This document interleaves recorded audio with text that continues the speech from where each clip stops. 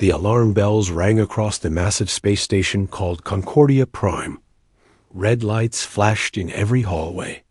In the great meeting hall, dozens of alien beings rushed to their seats. Some had scales, some had tentacles, and some looked like walk-in crystals. All of them looked scared. Ambassador Zixtal stood at the front of the room. His crystal body glowed bright blue when he was nervous, and right now he was glowing very bright. His voice echoed through the chamber like breaking glass. "Fellow delegates," he said, "we face a crisis unlike any before.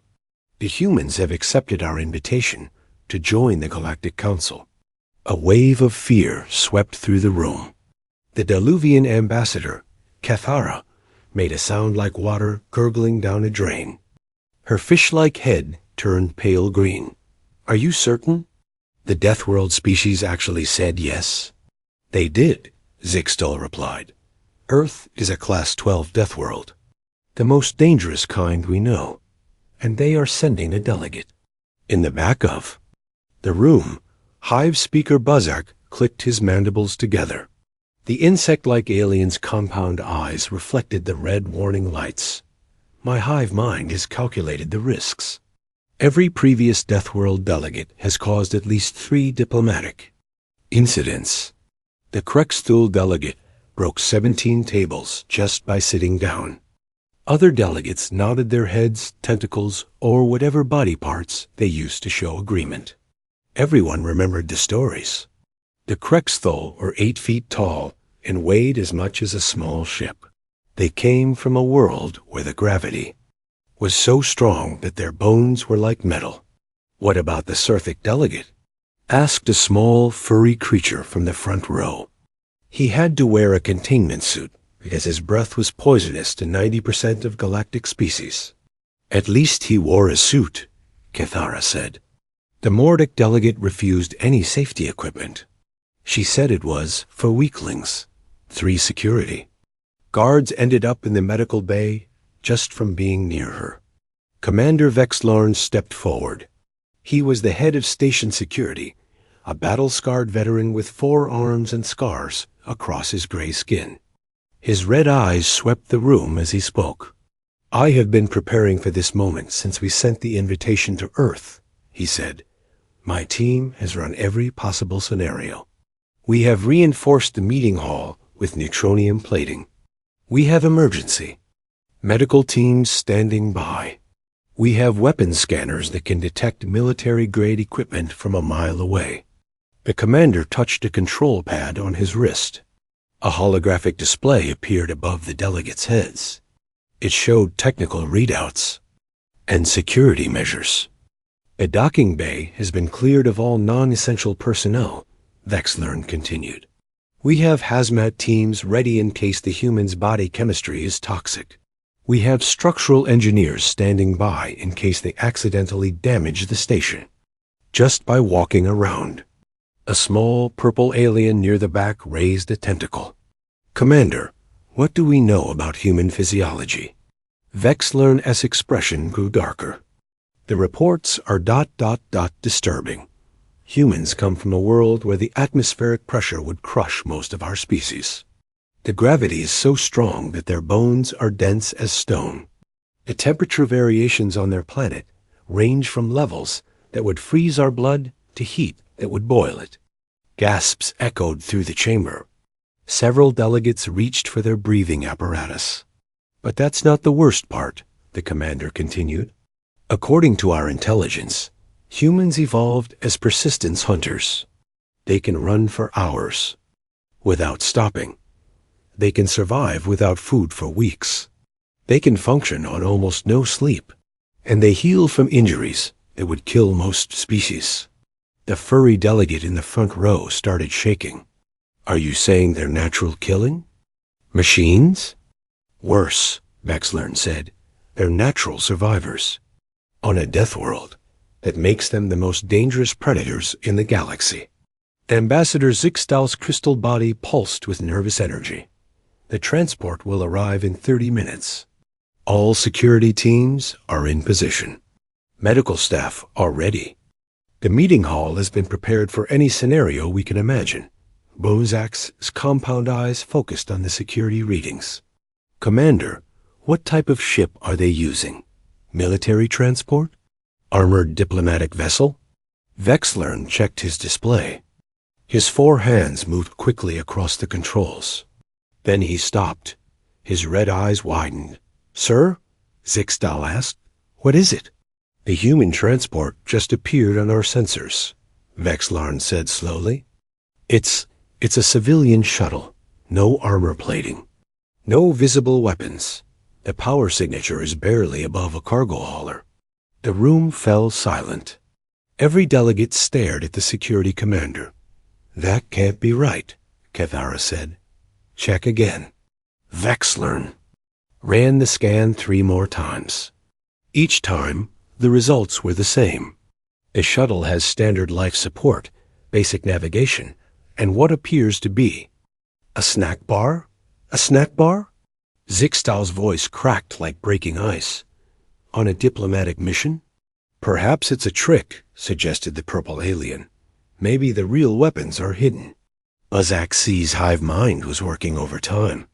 My calculations show a 67% chance this is psychological warfare. They want us to underestimate them. The delegates watched on the main display as the small human shuttle approached the docking bay. It looked harmless, almost friendly.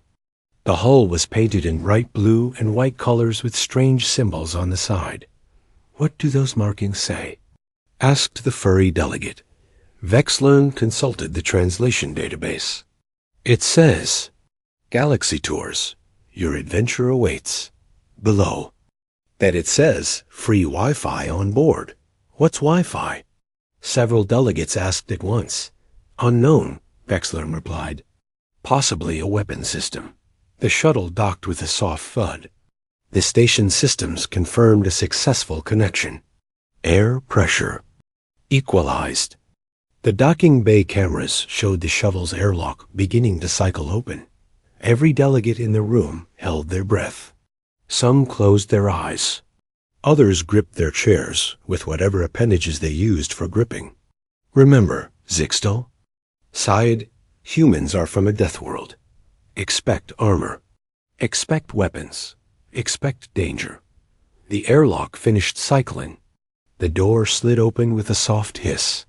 And then they saw him. Jake Martinez stepped out of the shuttle and onto the docking bay floor. His flip-flops made a soft slapping sound against the metal. He wore faded blue shorts that came down to his knees and a gray t-shirt with words that made no sense to the watching aliens. World's okayest dad. In his right hand, he held a corn dog on a stick. Steam rose from the golden coating. In his left hand, he carried a worn backpack that looked like it had seen better days. The bag had patches sewn onto it, including one that showed a cartoon. Dog wearing sunglasses. The docking bay was completely silent. 50 security guards stood frozen, their weapons half drawn. Medical teams crouched behind portable barriers, scanning equipment in their hands. Emergency response robots hovered. Nearby, waiting for orders that never came. Jake took a bite of his corn dog and looked around. His brown eyes were friendly and curious. He had short black hair and needed a shave. A small scar ran across his left eyebrow from some long-forgotten accident. Wow, Jake said, his mouth still half full. This place is huge and cold. Good thing I brought a snack. Commander Vexlorn was the first to move. His forearms trembled as he stepped forward. Each of his hands rested near a different weapon. His red eyes scanned Jake from head to toe, looking for hidden dangers. Human delegate. Vexlorn said in a voice that shook only slightly. I am Commander Vexlorn, head of station security. Where is your protective equipment? Jake swallowed his bite of corn dog and smiled. Protective equipment? From what? It's like 72 degrees in here. Perfect weather. He gestured with his corn dog. Though I gotta say, you guys go all. Out with the welcome committee. Is this normal? Or am I special? The security scanners were going crazy. They couldn't understand how Jake was alive. According to their readings, his body should have collapsed under the station's gravity. His bones should have shattered. His blood should have boiled or frozen. Instead, Jake seemed perfectly comfortable.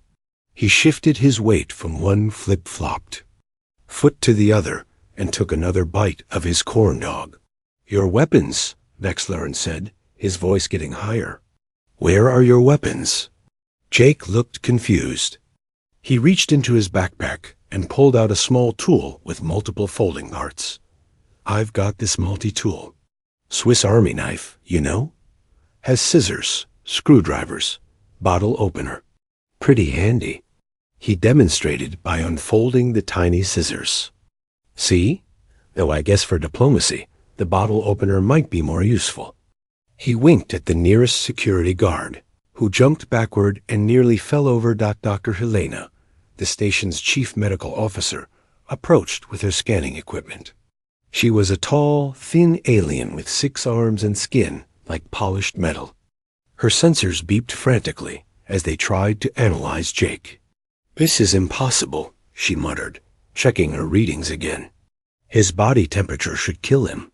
His blood pressure should make him explode. His bone density is off the charts. Jake heard her and looked interested. Are you a doctor? That's cool. My wife Lisa is a nurse. She's always checking my blood pressure too. Says I need to eat less pizza.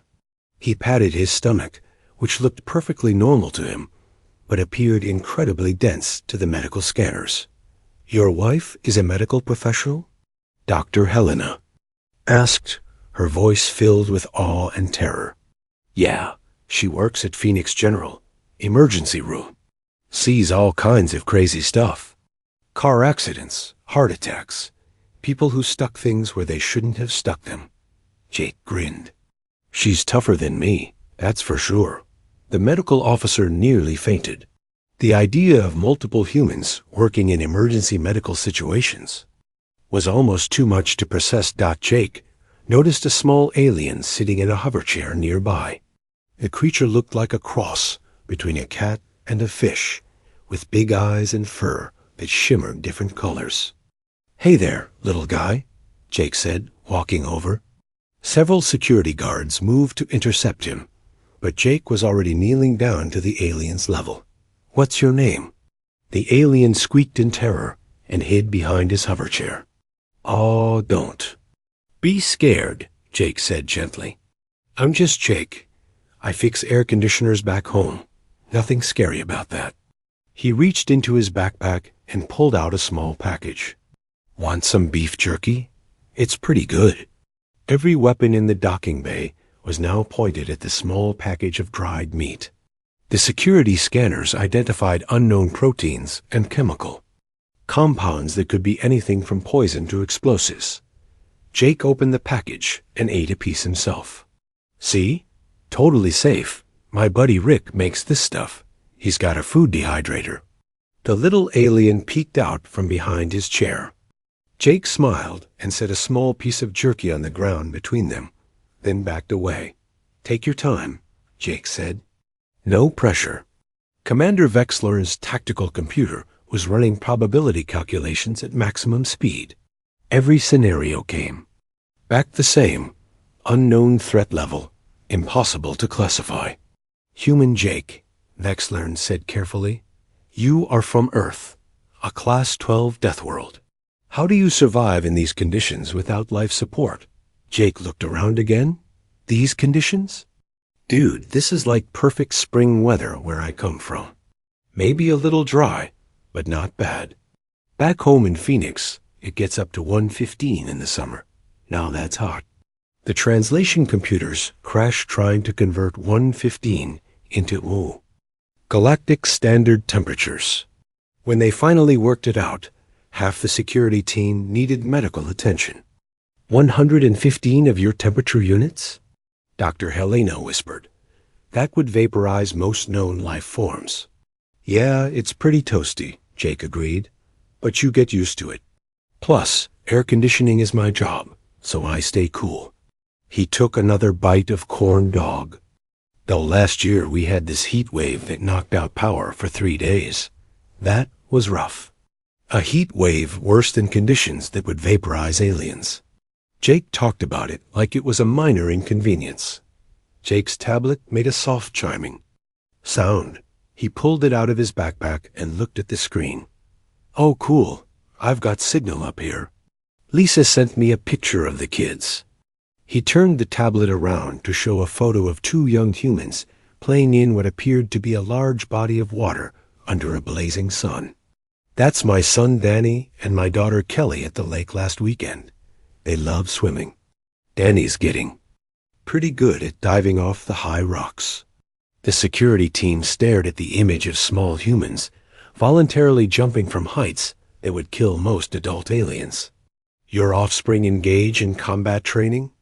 Asked Buzak, his compound eyes reflecting the tablet screen. Combat training? Jake laughed. Nah, they're just having fun. Kids love that stuff. Swimming, running around, playing games. Gets them tired, so they sleep good at night. The concept of young humans engaging in activities that qualified as extreme sports to most of the galaxy was noted in 17 different security reports. Jake put his tablet away and finished his corn dog. He looked around at all the staring faces and concerned expressions. So, he said cheerfully, where's this big meeting supposed to happen? I'm pretty excited to meet everyone. Lisa packed me some extra snacks if anyone gets hungry. Commander. Vexlorn realized that nothing in his security training had prepared him for this moment. The most dangerous delegate in galactic history was offering to share snacks and asking about the meeting schedule. Follow me, Vexlorn said quietly. The council is waiting. Jake shouldered his backpack and walked alongside the commander. His flip-flops continued their soft slapping rhythm as they headed toward the meeting hall. This is a really nice place you've got here, Jake said, looking around at the high ceilings and alien architecture. Must have cost a fortune to build. Good work, though. Reminds me of the new mall they built back home, except bigger. Behind them, 50 security guards followed at a safe distance, still not entirely sure what they were protecting the station from, or protecting Jake from, or if they needed to protect anyone at all. The great council chamber was the size of a football stadium. Rows of seats curved up toward the ceiling, filled with delegates from hundreds of worlds. At the center sat a massive round table made from polished stone that came from the first world to join the Galactic Council. Jake walked in and stopped to stare. Holy cow, he said softly. This is like the United Nations, but way cooler. The chamber fell completely silent. Every eye, sensor, and optical organ focused on the human. In flip-flops, Jake waved at the crowd with his free hand, still carrying his backpack in the other. Hi, everyone, he called out. His voice echoed off the walls. I'm Jake Martinez from Earth. Nice to meet you all. Ambassador Zixtal stood at the speaking podium. His crystal body was glowing so bright blue, it hurt to look at him. He began speaking in the ancient language of galactic diplomacy, his words flowing like breaking glass and distant thunder. Jake listened politely for about 30 seconds, then raised his hand like a student in class. Sorry, Jake said. Could you run that by me again in regular words? I didn't catch all that. The translation computers made sounds like they were choking. Zixtal's glow flickered as he tried to process this request. For 3,000 years, formal council sessions had begun with the ritual greeting in the ancient tongue. I, the human delegate, requests clarification? Zixtal asked. Yeah, just wondering what you said. My translator thing is working, but some of those words were pretty fancy. I'm more of a simple English kind of guy. Zixtal looked around the chamber for help.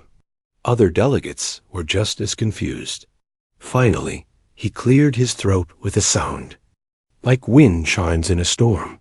I was welcoming you to the Galactic Council and explaining our procedures, he said in standard Galactic. Cool, thanks, Jake said. He sat down in the chair marked for Earth's delegate. The chair was 10 feet tall and made for much larger beings. Jake's feet dangled like a child's. This is a really nice setup you've got here. Very professional. The formal session continued, with each delegate introducing their homeworld.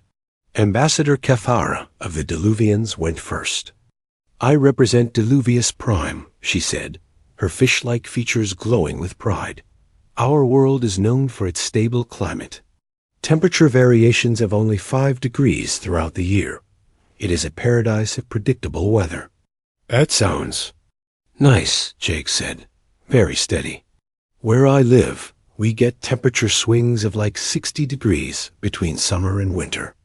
Sometimes 40 degrees in one day if a storm comes through. The chamber erupted in gasps. Dr. Helena's medical scanners started beeping frantically as they tried to calculate how any life form could survive such extreme changes. The next delegate was a tall, thin alien covered in what looked like metal scales. I am from Cortex 7, he announced. Our atmospheric pressure is a dangerous 1.3 standard units. Only the strongest of our species can survive such harsh conditions. Jake nodded thoughtfully. Wow, that's tough. I went to Denver once for a vacation. Mile High City, you know.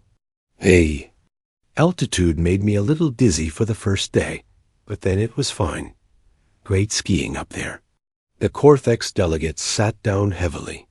His homeworld's extreme atmospheric pressure was actually lower than what Jake experienced on a regular airplane flight. A small, furry creature spoke next. Our world experiences deadly temperature extremes. In winter, it drops to 15 degrees, below freezing. In summer, it reaches a terrifying 90 degrees. That sounds like Minnesota, Jake said cheerfully. My brother Pete lives in Minneapolis. Says the winter's a killer, but he loves ice fishing. Sits out there for hours in the cold, catching fish through holes in the ice. Your species voluntarily exposes themselves to frozen water for recreation? Asked the furry delegate, his voice shaking. Oh yeah, ice fishing's pretty popular. Some folks even do polar bear plunges. They jump into freezing lakes on New Year's Day just for fun. Says, it's refreshing. Half the medical staff in the observation deck fainted at the casual mention of humans jumping into freezing water for entertainment. Ambassador Buzzak clicked his mandibles nervously. Perhaps the human delegate could tell us about Earth's climate. Conditions? Jake shrugged. Earth's pretty nice. We've got deserts, mountains, forests, oceans. Lots of different weather, depending on where you live. I'm from Arizona, so it's mostly hot and dry. But Lisa and I went to Hawaii for our anniversary. Last year, that was amazing. Perfect beach weather, about 85 degrees with a nice breeze. And the dangerous aspects of your world? Prompted Zixtal. Dangerous? Jake thought for a moment. Well, we get hurricanes on the East Coast, tornadoes in the Midwest, earthquakes in California, blizzards up north, flash floods in the desert. When it rains hard, the list of casual catastrophes sent another wave of panic through the delegates. What Jake described as regional weather inconveniences would qualify as planetary disasters on most worlds. Oh, and volcanoes, Jake added. My cousin Danny went to Hawaii and saw active lava flows. Said it was the coolest thing ever. Posted pictures on Facebook of him standing like 50 feet from flowing lava. Your relative approached molten planetary core material for social documentation? Dr. Helena whispered in horror. Yeah, Danny's always been into that adventure stuff. He's done bungee jumping, whitewater rafting, rock climbing. Says life's too short to play it safe.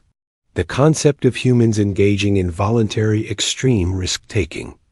Behavior for entertainment was being recorded by xenobiologists throughout the galaxy. This data would revolutionize their understanding of Deathworld psychology. Jake pulled out his tablet and scrolled through some photos. Here, want to see some pictures from last summer's camping trip? He showed images of his family hiking through what appeared to be hostile wilderness, cooking food over open flames, and sleeping in thin fabric shelters while surrounded by unknown dangers. That's Yellowstone National Park, Jake explained. We saw bears, elk, buffalo. Danny and Kelly loved it. We hiked about 10 miles a day through mountain trails. You brought your offspring into territory occupied by large predators? Bazak's compound eyes were wide with shock. The bears mostly keep to themselves if you're smart about food storage, Jake said. Park rangers do a good job keeping everyone safe. Though this one morning, an elk walked right through our campsite. Scared the heck out of me when I was getting coffee. The idea that humans casually coexisted with megafauna that could kill them was noted in 17 different scientific journals being updated in real-time. Ambassador Zixtal tried to regain control of the session. Perhaps we should discuss Earth's membership requirements and responsibilities. Sounds good, Jake said. He pulled out a thermos from his backpack and unscrewed the top. Steam rose from the opening. Anyone mind if I have some coffee? Long trip, and I'm still a little tired. The liquid in Jake's thermos registered on sensors as being hot enough to cause severe burns to most galactic species. Jake drank it like it was refreshing water. What is coffee? Asked the small, furry delegate. It's a drink we make from ground-up beans, Jake explained. Has caffeine in it. Helps you wake up and stay alert. Lisa says I drink too much, but hey, we all have our vices. Your species regularly consumes a stimulant drug? Dr. Helena was taking notes frantically. Well, yeah, coffee, tea, soda. Pretty much everyone drinks caffeine. Some people drink energy. Drinks that have even more. My nephew Tyler drinks those things like water.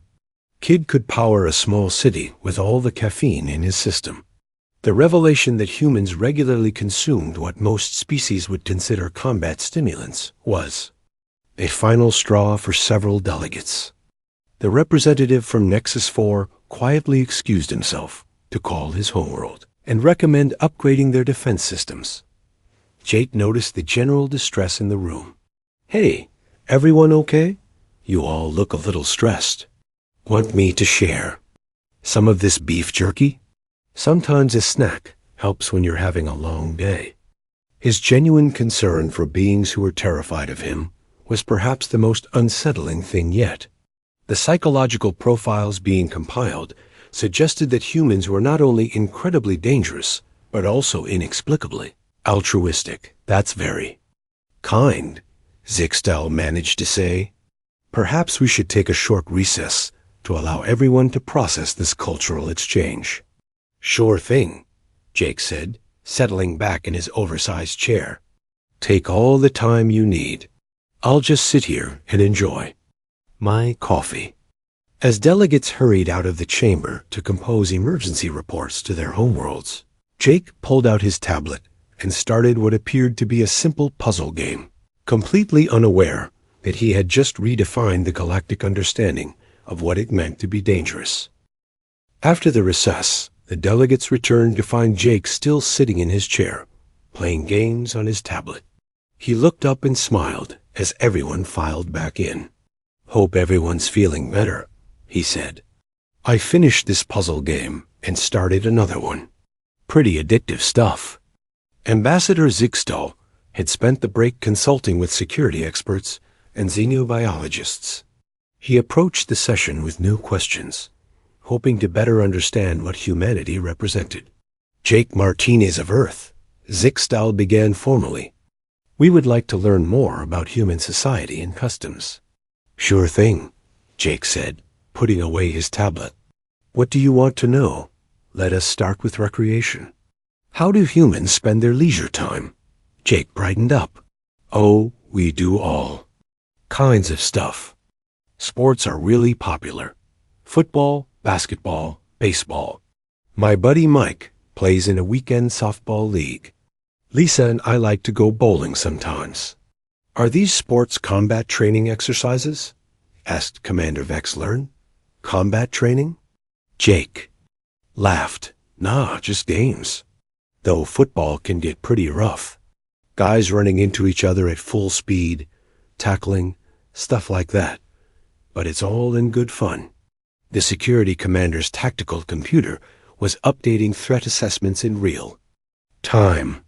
Humans engaged in full-contact collision sports for entertainment. What about more extreme recreational activities? Dr. Helena asked carefully. Oh, you mean like extreme sports? Jake's eyes lit up. Yeah, lots of people are into that. My neighbor, Bob, goes skydiving every weekend. Says it's the best rush in the world. Skydiving?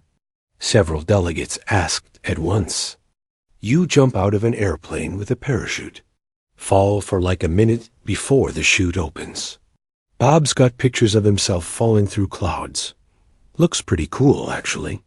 The mental image of humans voluntarily throwing themselves out of aircraft at high altitude sent another wave of panic through the chamber. My sister Kelly is into rock climbing, Jake continued. She goes up these crazy tall cliffs with just ropes in her hands. No safety net or anything. She's got pictures from this place, called El Capitan in California. It's like a half-mile. Straight up. Your sister climbs vertical surfaces at extreme height without protective equipment.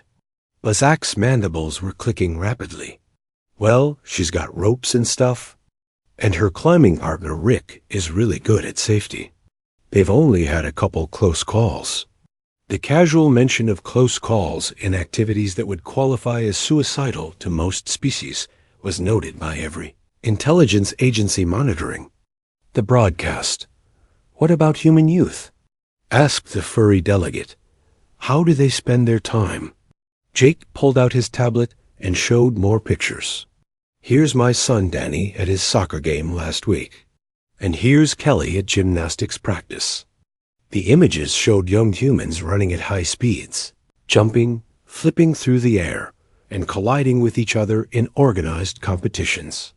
Your offspring engage in aerial acrobatics and high-speed collision activities? Dr. Helena was. Recording everything. Kids love that stuff, Jake said proudly. Danny's team made it to the finals this year. Kelly just learned how to do a backflip on the balance beam. She's only 8, but she's fearless. An 8-year-old human performing aerial maneuvers that would challenge trained adults of most species. The data was being processed by military analysts across the galaxy. Tell us about human occupations, Sixtal said. What kind of work do your people do? All kinds of things. I fix air conditioners and heaters. Lisa's a nurse in the emergency room. My brother Pete is a firefighter. My cousin Danny runs a food truck after he got out of the Marines. Marines? Commander Vexlern leaned forward. Military. Danny did 3 tours in Afghanistan. Said it was tough, but he made good friends. Now he makes the best tacos in Phoenix. The casual mention of a human surviving multiple deployments in what sounded like a combat zone, then transitioning to food service, was being analyzed by strategists throughout the galaxy. What about dangerous occupations? Asked Bazak. Jake thought for a moment. Well, Pete runs into burning buildings for work. My friend Steve is a deep-sea welder. He works underwater fixing oil rigs and ship hulls. And my neighbor Rick works construction on skyscrapers. He's not afraid of heights at all. Each profession Jake mentioned would qualify as extreme. Hazard work requiring specialized equipment and extensive safety protocols. Humans seem to do them as regular day jobs. Oh, and my Uncle Frank drives trucks cross-country, Jake added. He's driven through blizzards, desert storms, all kinds of weather. Says the hardest part is staying awake for the long hauls. Your uncle operates vehicles through meteorological disasters? Dr. Helena asked weakly. Well, He tries to avoid the really bad stuff, but sometimes you get caught in weather. Part of the job. Frank's been doing it for 20 years. Never had a serious accident. Jake showed more pictures on his tablet. Here's Frank with his truck during that ice storm last February. Had to put chains on his tires and drive real slow, but he got through it. The image showed a human operating heavy machinery in conditions that would shut down most planetary transportation systems. What do humans do for medical treatment? Dr. Helena asked, hoping to understand human healing capabilities. Depends on what's wrong. For serious stuff, you go to the hospital. Lisa works in the A, so she sees everything. Car accident victims, heart attacks, broken bones, you name it. How do humans recover from severe injuries? Jake shrugged. We heal up pretty good, mostly. I broke my arm falling off a ladder when I was fixing someone's C unit. Had a cast for 6 weeks, then physical therapy. Good as new now. The idea that humans could recover from skeletal damage and return to full function was revolutionary to species where such injuries were permanent or fatal. My buddy Rick tore his ACL playing basketball. Had surgery, did rehab for 6 months. Now he's back to playing twice a week. Your friend returned to the activity that caused his injury? Buzzak asked in disbelief. Oh yeah, Rick loves basketball. Says you can't let one injury stop you from doing what you love. The concept of humans voluntarily returning to dangerous activities after being injured by them defied every survival instinct. Known to galactic science. Jake noticed the aliens looked overwhelmed again. Hey, are you guys sure you're okay? You keep getting these worried looks. Is there something I should know about? His genuine concern showed through his voice. Jake had no idea that everything he considered normal was terrifying to everyone around him. We are simply trying to understand human culture, Zixtal said carefully. Well, if you want to understand humans, the main thing is we look out for each other, Jake said. When Pete's house got flooded last year, the whole neighborhood came over to help clean up. When Danny was in the hospital, we all took turns visiting. When Lisa's mom needed help moving, half the family showed up with trucks. This casual description of humans forming cooperative groups to face disasters and challenges was perhaps the most frightening thing yet. Not only were humans individually dangerous, they worked together. And we like to have fun, Jake continued. Life's too short to worry about everything that could go wrong. You just do your best and help your friends and family do theirs. Ambassador Zixtal realized they weren't dealing with a warrior species at all. They were dealing with something far more complex and potentially dangerous. A species that had turned survival on a Deathworld into a cooperative social activity. I think, Zixtal said slowly, we are beginning to understand humanity. Great, Jake said, finishing his coffee. So what's next? I'm excited to learn about all your worlds, too. This is going to be fun. The word fun sent a chill through every delegate in the chamber. If humans thought diplomatic first contact was fun, what did they consider serious? The formal diplomacy session was going well, or at least Jake thought it was. The aliens asked lots of questions about Earth, and he was happy to answer them. He showed more pictures of his family, talked about his job, and shared some of his beef jerky with anyone brave enough to try it. Then the alarm started. Red lights flashed throughout the council chamber. A computerized voice announced in multiple languages, "Emergency in Section C life support failure. All non-essential personnel evacuate immediately." The chamber erupted in panic. Delegates scrambled for the exits. Some called for their personal security teams. Others activated emergency breathing equipment. Commander Vexlern was shouting orders into his communication device, trying to coordinate the response. Jake stood up calmly and listened to the announcement repeat. He tilted his head like he was trying to hear something specific. That sounds like a coolant leak in the tertiary heat exchange system, he said to no one in particular. Ambassador Zixtel, who was glowing bright red with panic, stopped rushing toward the exit. What did you say? The alarm pattern and the way the air circulation just changed, Jake explained, shouldering his backpack. I've heard that sound before. Coolant leak, probably in the heat exchange system. The backup systems are trying to compensate, but they're not keeping up. Commander Vexlorn pushed through the crowd of fleeing delegates. Human Jake, you must evacuate with the others. Section C is experiencing lethal environmental conditions. How? Lethal? Jake asked. Dr. Helena checked her emergency readings. Temperature rising rapidly. Atmospheric pressure fluctuating. Toxic gases detected. Any life form in that section will die within minutes. Jake nodded thoughtfully. So kind of like fixing an AC unit in an attic during summer in Phoenix, but with some extra chemical smells. This is not a repair situation, Vexlern said firmly. This is a disaster requiring specialized emergency teams in full protective gear. Well, where I come from, if something's broken and people need it fixed, you fix it, Jake said. He pulled his multi-tool out of his backpack. I've dealt with coolant leaks before. Usually not too complicated if you know what you're looking for. Absolutely not, Vexlern said. I cannot allow you to enter that section. Jake looked around at the panicking delegates, the flashing red lights, and the emergency crews suiting up in full environmental protection gear. How long until your emergency teams can get in there and fix it?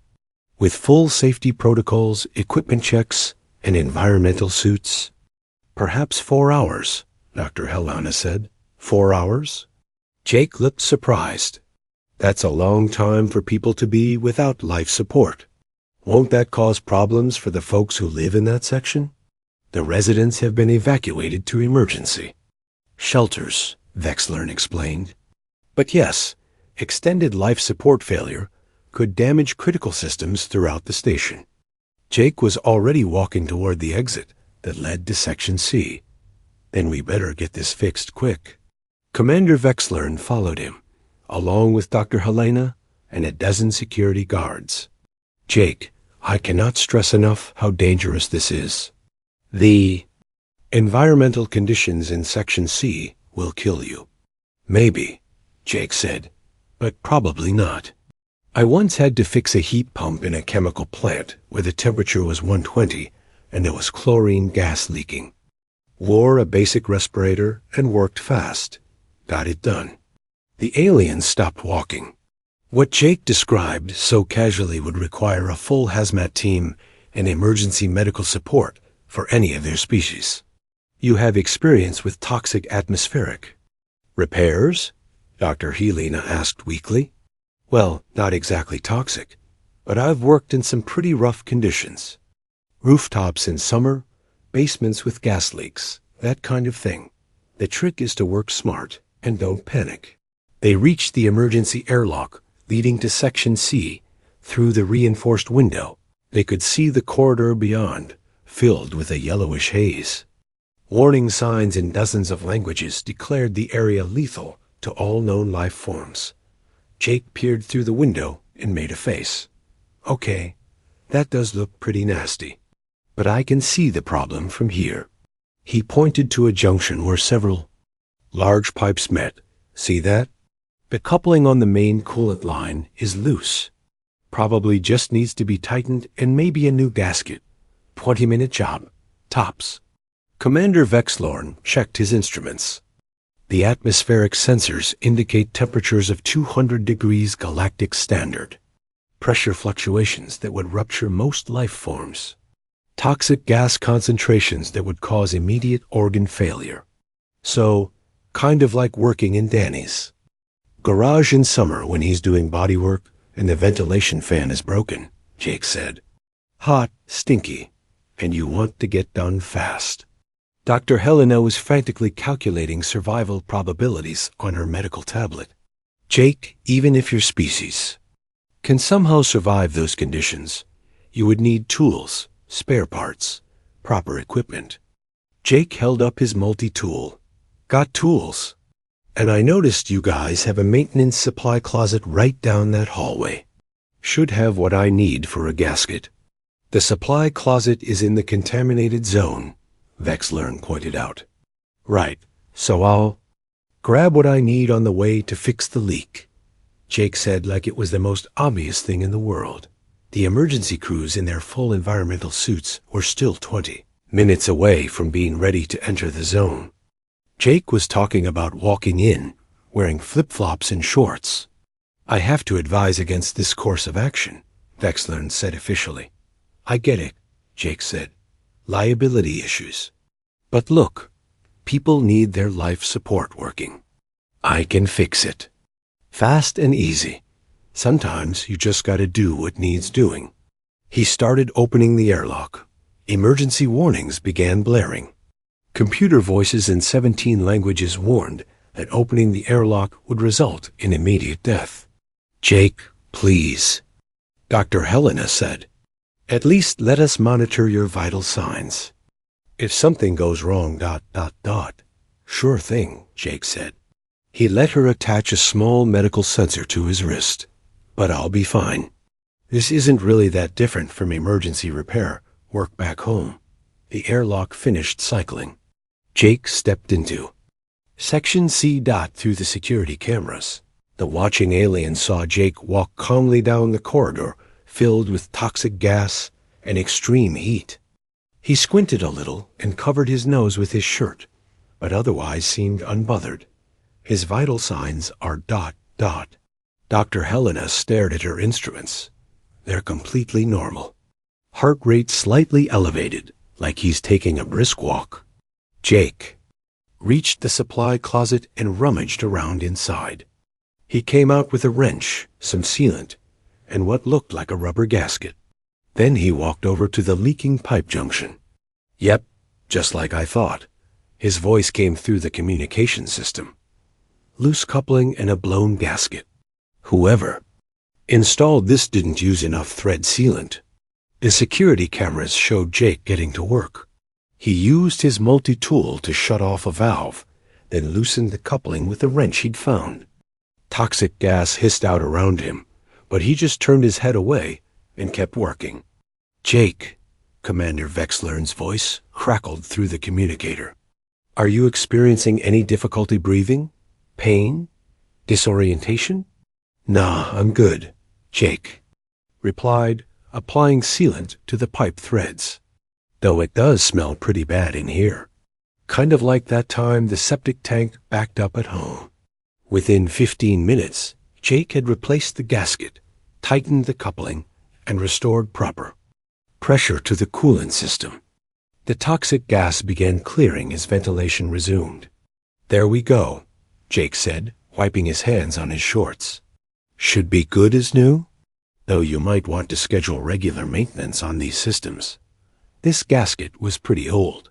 He walked back to the airlock like he was coming in from mowing the lawn. Dr. Helena scanned him immediately as he emerged. No toxic exposure, no tissue damage, no respiratory distress, she reported in amazement. It's like he just took a walk through a park. Jake stretched and took a drink from his water bottle. Not too bad. A little warm, but I've worked in worse. The chemical smell was pretty strong, though. Commander Vexlorn was staring at his instruments in disbelief. The environmental conditions in that section would have killed any member of my species within 30 seconds. Well, everyone's different, Jake said. Lisa always says I'm too stubborn to die from a little heat and bad air. The emergency teams arrived in their full protective gear, just as the all-clear signals began sounding throughout the station. They found the problem completely resolved, and Jake sitting on a nearby bench, playing games on his tablet again. Is the situation contained? The emergency team leader asked through his suit's communicator. Yep, all fixed, Jake said without looking up from his game. Just needed a new gasket and some tightening. Should probably check the other junctions, though. If one gasket went bad, others might be getting old too. Word of what had happened spread through the station within hours. The human delegate had walked into a lethal environment, wearing casual clothes, and fixed a problem that would have required a full emergency response team. That evening, the Galactic Council convened for an emergency session. Ambassador Zixtao called for a formal vote on Earth's membership. In light of today's events, he announced, it is clear that humanity brings unique capabilities to our alliance. They are not the savage warriors we expected. They are something far more valuable, problem solvers who consider impossible situations to be minor inconveniences. The vote was unanimous. Earth was formally welcomed into T.